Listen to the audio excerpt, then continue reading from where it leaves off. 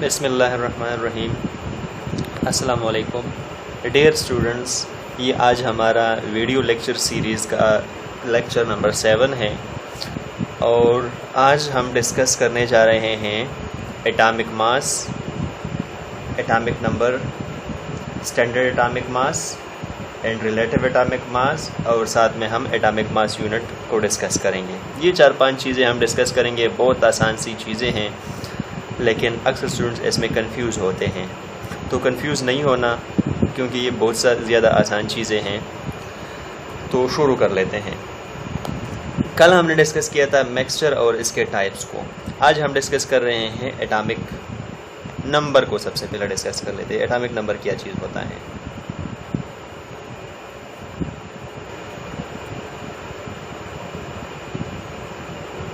Atomic number,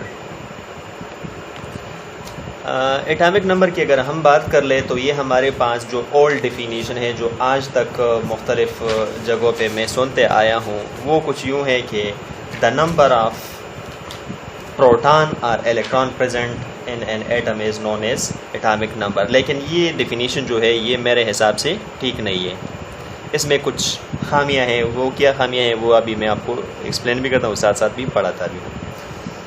कि पहले definition हम लिख लेते हैं जो आज तक चलती आ रही है। वो क्या है कि the number of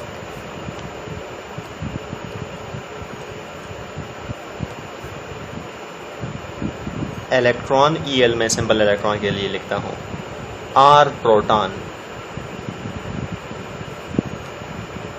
in an atom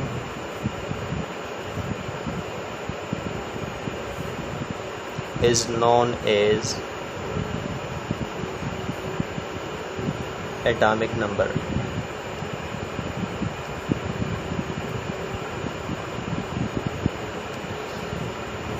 अच्छा, ये तो ठीक है, लेकिन अब यहाँ पे इसमें मसला हमारे पास इस चीज़ में है कि एटॉमिक नंबर को इन लोगों ने कहा हुआ है कि आपके पास किसी भी एटम के अंदर तादाद है। किस चीज़ का तादाद है? इलेक्ट्रॉन या प्रोटॉन। कि उस एटम के अंदर आपके पास कितने प्रोटॉन है या उस एटम के अंदर आपके पास कितने इलेक्ट्रॉन है, इनकी तादाद अगर हम जान ले तो ये हमारे पास इस एटम का एटॉमिक नंबर है। लेकिन मैं आज जो आपको डिफिनीशन बता रहा हूँ वो इसमें से हम ये एक चीज़ को काट लेते हैं। जो इलेक्ट्रॉन की तादाद है ये हम काट लेते हैं। और क्यों काट लेते हैं इसका रीज़न मैं भी बता देता हूँ। तो हमारे पास डिफिनीशन किस तरह बन जाएगा? हमारे पास डिफिनीशन इस तरह बन जाएगा कि the number of proton in an atom is known as atomic number. आप यहाँ पे एटम भी कर सकते हैं, आयन भी कर सकते हैं और न्यूक्लियस भी कर सकते हैं। कि the number of proton in an atom, ion और nucleus is known as atomic number. ये आपके पास डिफिनीशन हो गया। अब ये इलेक्ट्रॉन हमने क्यों काट लिया, ये इसका रीज़न क्या है, तो वो आपको मैं बता देता हूँ। कि लेट सपोज मैं लेता हूँ आपके पास हीलियम का हमारे पास एक एटम है, जिसके ये मैंने न्यूक्लियस बना लिया और ये हमारे पास फर्स्ट शेल है। इसमें हमारे पास 2 इलेक्ट्रॉन है, 2 क्या है? इलेक्ट्रॉन। और न्यूक्लियस के अंदर 2 प्रोटॉन भी मौजूद है।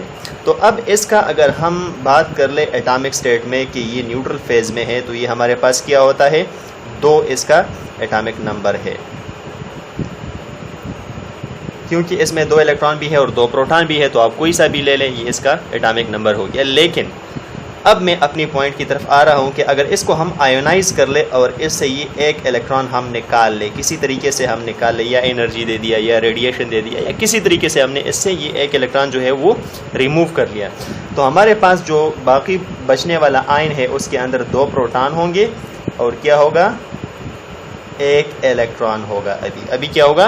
1 इलेक्ट्रॉन होगा, जबकि दूसरा इलेक्ट्रॉन इससे निकल गया है। तो अगर आप अभी इस पे, ये हमारे पास अब क्या बन गया? He with a positive charge. ये अब हमारे पास एक आयन बन गया। अब अगर आप इस पे ये पहले वाला डिफिनीशन अप्लाई कर ले, द नंबर ऑफ इलेक्ट्रॉन और proton in an atom is known as atomic number, तो अब ये डिफिनीशन आपके पास इस पे सही नहीं बैठता। क्यों? क्योंकि इसके अंदर जो हमारे पास इलेक्ट्रॉन की तादाद है वो 1 है और प्रोटॉन आपके पास 2 है। तो अब आप क्या करेंगे? इसका एटॉमिक नंबर 1 करेंगे या 2 करेंगे? क्योंकि वहाँ पे तो आपके पास है कि इलेक्ट्रॉन और प्रोटॉन। तो अब यहाँ पे आपके पास मसला है। तो उस मसले को ख़त्म करने के लिए अगर हम सिर्फ ये कर ले कि नंबर ऑफ़ प्रोटॉन कर ले, तो यहाँ पे नंबर ऑफ़ प्रोटॉन यहाँ भी 2 है, यहाँ भी 2 है, तो आपके पास सैंपल ये हो गया कि द नंबर ऑफ प्रोटॉन यहाँ पे 2 है, तो इसका भी एटॉमिक नंबर जो है 2 है। एक और एग्जांपल ले लेते हैं क्लोरीन की। अगर हम एग्जांपल ले लें, या चलो सैंपल फ्लोरीन की लेते हैं, F की लेते हैं फ्लोरीन। तो इसमें क्या है, इसका एटॉमिक नंबर 9 है और इसके फर्स्ट शेल में 2 इलेक्ट्रॉन है और दूसरे में कितने हैं, 7 है। मैं सिंपल 7 इलेक्ट्रॉन लिख लेता हूँ, 7 है। अब क्या कर लेता है कि ये आयनाइज हो जाता है और ये दूसरे कोई सा आसपास का कोई इलेक्ट्रॉन था वो उसने कैप्चर कर लिया और इसका कन्फिग्रेशन कुछ इस तरह बन गया। इसके अंदर 9 प्रोटॉन पहले से हमारे पास थे, इलेक्ट्रॉन भी 7 ये और 2 ये, तो हमारे पास 9 प्रोटॉन भी बन जाते थे। तो इसका 9 जो है वो एटॉमिक नंबर था।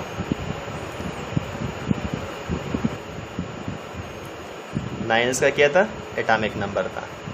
अब अगर हम इसको आयनाइज कर ले तो आयनाइजेशन के बाद ये क्या कर लेता है, एक इलेक्ट्रॉन कैप्चर कर लेता है। तो प्रोटॉन वही हमारे पास 9 है, 9 प्रोटॉन हो गए।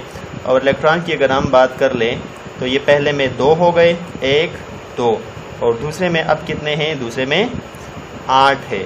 तो अब अगर आप इलेक्ट्रॉन की तादाद देख ले तो इलेक्ट्रॉन की तादाद हमारे पास 10 है, जबकि प्रोटॉन हमारे पास कितने हैं, 9। तो अब इस केस में भी हमारे पास इलेक्ट्रॉन और प्रोटॉन की तादाद बराबर नहीं है। तो इस हिसाब से हमारे पास वो पहले वाला जो डिफिनीशन था वो भी इस पर करेक्ट नहीं आता। तो इस हिसाब से हमने डिफिनीशन को थोड़ा सा मॉडिफाई कर लिया और हमने ये लिख लिया कि the number of proton in an atom और ion is known as atomic number.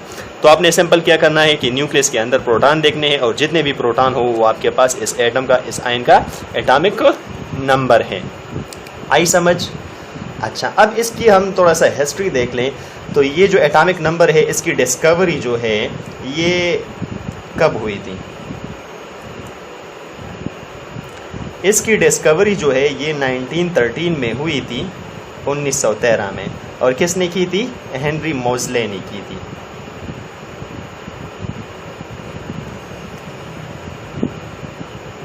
जिसने हमारे पास मॉडर्न पीरियोडिक टेबल भी बनाया हुआ है।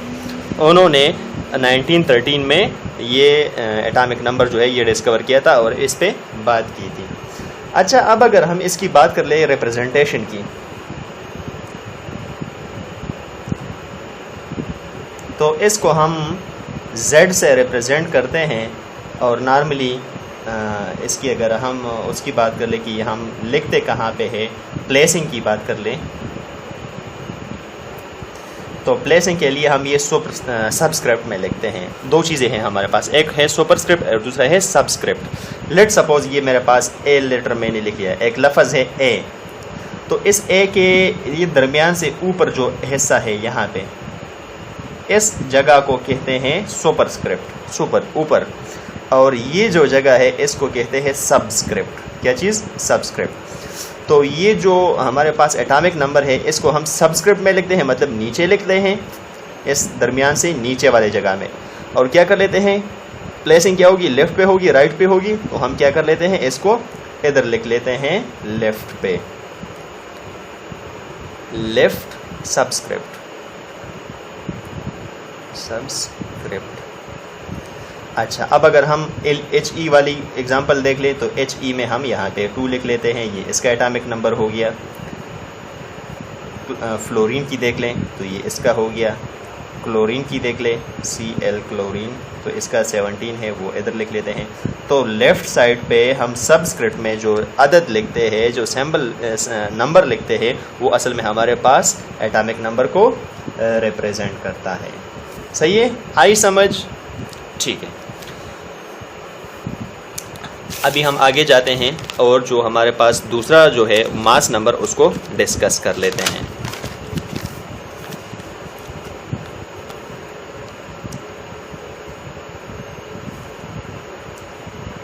नंबर इस तरह भी नंबर लिखते हैं, मैं अक्सर इस तरह लिखता हूँ, लेकिन चलो आपके लिए इस तरह मास नंबर। अच्छा, फिर जब हमारे पास एटॉमिक नंबर की बात आई तो एटॉमिक नंबर, चूँकि पहले से हमारे पास मास नंबर मौजूद था, उसके बाद एटॉमिक नंबर आ गई, क्योंकि मेंडलीव जो पीरियोडिक टेबल था वो हमारे पास मास नंबर पे था। और फिर मोज़ले ने 1913 में अपना जो पीरियोडिक टेबल था वो एटॉमिक नंबर पे बनाया हुआ था। तो उस हिसाब से हमारे पास ये जो है एटॉमिक नंबर आ गया। तो मास नंबर हमारे पास क्या चीज़ है, इसकी अगर हम डिफिनीशन देख ले तो ये बहुत ज़्यादा एटॉमिक नंबर से भी ज़्यादा आसान है कि द सम, ये जमा है, समेशन है, the sum of proton and neutron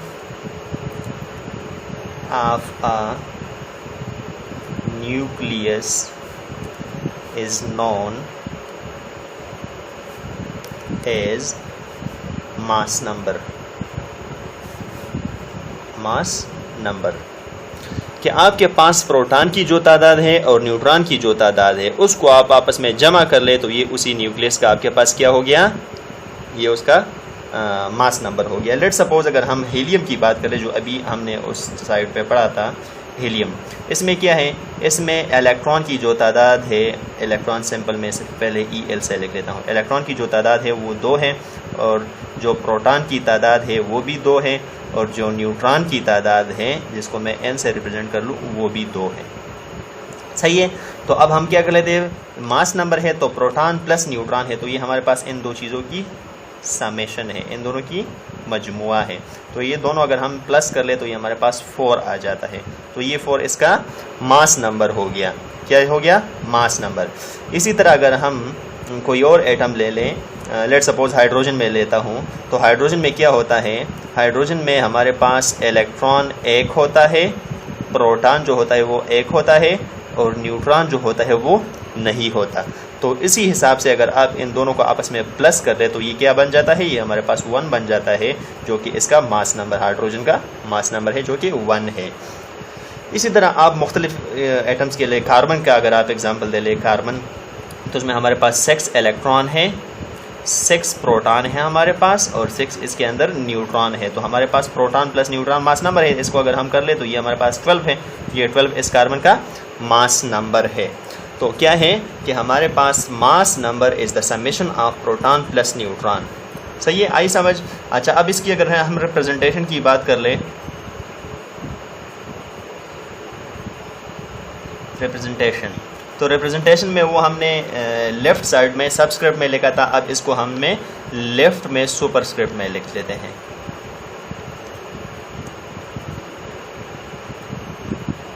left में सुपरस्क्रिप्ट, फॉर एग्जांपल हाइड्रोजन की मैं हीलियम की कर लूँ तो ये 2 हमारे पास इसका एटॉमिक नंबर है और ये जो 4 है ये इसका हमारे पास मास नंबर है। इसी तरह अगर मैं हाइड्रोजन की कर लूँ तो हाइड्रोजन का 1 मेरे पास एटॉमिक नंबर है और 1 जो इसका मास नंबर है।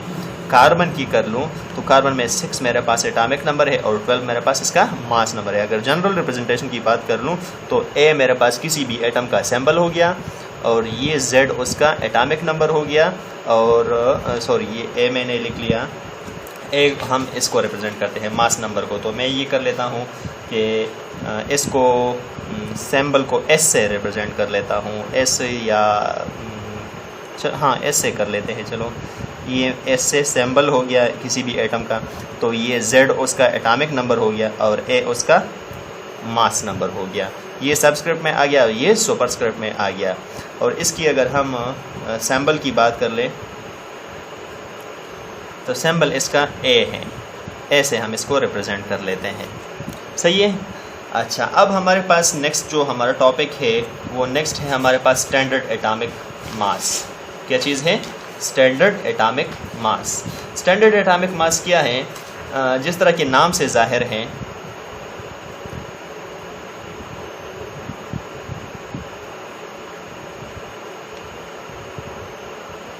जिस तरह के नाम से जाहिर है कि ये हमारे पास कोई स्टैंडर्ड होगा। ये क्या होगा? कोई स्टैंडर्ड होगा, मतलब कि इसके साथ हम दूसरी चीज़ों को कंपेयर करेंगे। तो ये हमारे पास ऑलरेडी फिक्स होगा। तो कार्बन 12 का जो मास है C12, कार्बन जिसमें हमारे पास 6 प्रोटॉन है और 6 न्यूट्रॉन, तो इसका जो मास है इसको हम स्टैंडर्ड एटॉमिक मास कहते हैं। और इसके साथ हम दूसरे जो एटम्स हैं उनके मास को कंपेयर कर लेते हैं, तो फिर हम उसको रिलेटिव एटॉमिक मास कहते हैं। तो स्टैंडर्ड एटॉमिक मास आपके पास क्या चीज़ है? स्टैंडर्ड एटॉमिक मास आपके पास असल में मास नंबर है या टोटल मास है किस चीज़ का? कार्बन 12 का। कार्बन का जो आइसोटोप है जिसमें हमारे पास 6 प्रोटॉन और 6 न्यूट्रॉन है, उसका अगर आप मास ले लें तो वो आपके पास स्टैंडर्ड एटॉमिक मास है। और उसके साथ अगर हम कोई दूसरी चीज़ को रिलेट कर ले तो उसको हम रिलेटिव एटॉमिक मास कहते हैं, जो कि हम इंशाल्लाह अगले वीडियो लेक्चर में डिस्कस कर लेते हैं, क्योंकि इस वीडियो लेक्चर की जो लेंथ है वो 15 मिनट से ज़्यादा हो रही है। ऐसा ना हो कि आप लोग बोर हो जाए। तो आज हमने क्या डिस्कस किया? आज हमने डिस्कस किया कि आपके पास एटॉमिक नंबर क्या है। एटॉमिक नंबर का पुराना डेफिनेशन हमने डिस्कस किया कि द नंबर ऑफ इलेक्ट्रॉन और proton in an atom is known as atomic number. फिर उस पर से हमने एक मॉडिफिकेशन कर ली, क्योंकि हमारे पास जब आयंस बनते हैं तो इलेक्ट्रॉन की कमी या ज़्यादती हो जाती है। कमी इस केस में हमने देख लिया कि हीलियम से एक इलेक्ट्रॉन निकल गया है, और इंक्रीज़ की हमने फ्लोरीन में बात की कि इसमें एक इलेक्ट्रॉन इसने एब्जॉर्ब किया है तो इलेक्ट्रॉन की तादाद हमारे पास ज़्यादा हो गई, 10 हो गई, और प्रोटॉन 9 हो गए। तो उस हवाले से हमने डेफिनेशन को मॉडिफाई कर लिया कि हमारे पास the number of proton present in an atom is known as atomic number. फिर उसकी हमने डिस्कवरी देख ली कि 1913 में डिस्कवरी की थी। किसने की थी? हेनरी मोज़ले ने की थी। रिप्रेजेंटेशन इसकी जेड से हम कर लेते हैं। प्लेसिंग अगर बात कर ले तो हम ये लेफ़्ट में सबस्क्रिप्ट में कर लेते हैं। फिर आगे हमने जाके क्या चीज़ डिस्कस किया? मास नंबर डिस्कस किया कि ये हमारे पास the sum of proton and neutron inside of a nucleus is known as mass number है। इसकी अगर हम बात करें तो ये हमारे पास प्रोटॉन और न्यूट्रॉन है की मजमुआ है। फिर उसी हिसाब से हमने देख लिया कि इसकी अगर हम रिप्रेजेंटेशन देख ले तो ये हम ए से रिप्रेजेंट कर लेते हैं, सैम्पल इसकी ए है, और ये हम सुपरस्क्रिप्ट में लिखते हैं और उसी तरह लेफ़्ट में लिख लेते हैं। अभी आगे इस पे कुछ न्यूमेरिकल्स हैं कि आपने अननोन कंपाउंड अननोन एलिमेंट के प्रोटॉन या न्यूट्रॉन की तादाद किस तरह मालूम करनी है मास नंबर से, तो वो हम इंशाल्लाह अगले लेक्चर में करेंगे, और इसके साथ साथ हम रिलेटिव एटॉमिक मास डिस्कस करेंगे। तब तक के लिए अपना बहुत सारा ख्याल रखिएगा। अल्लाह हाफ़िज़।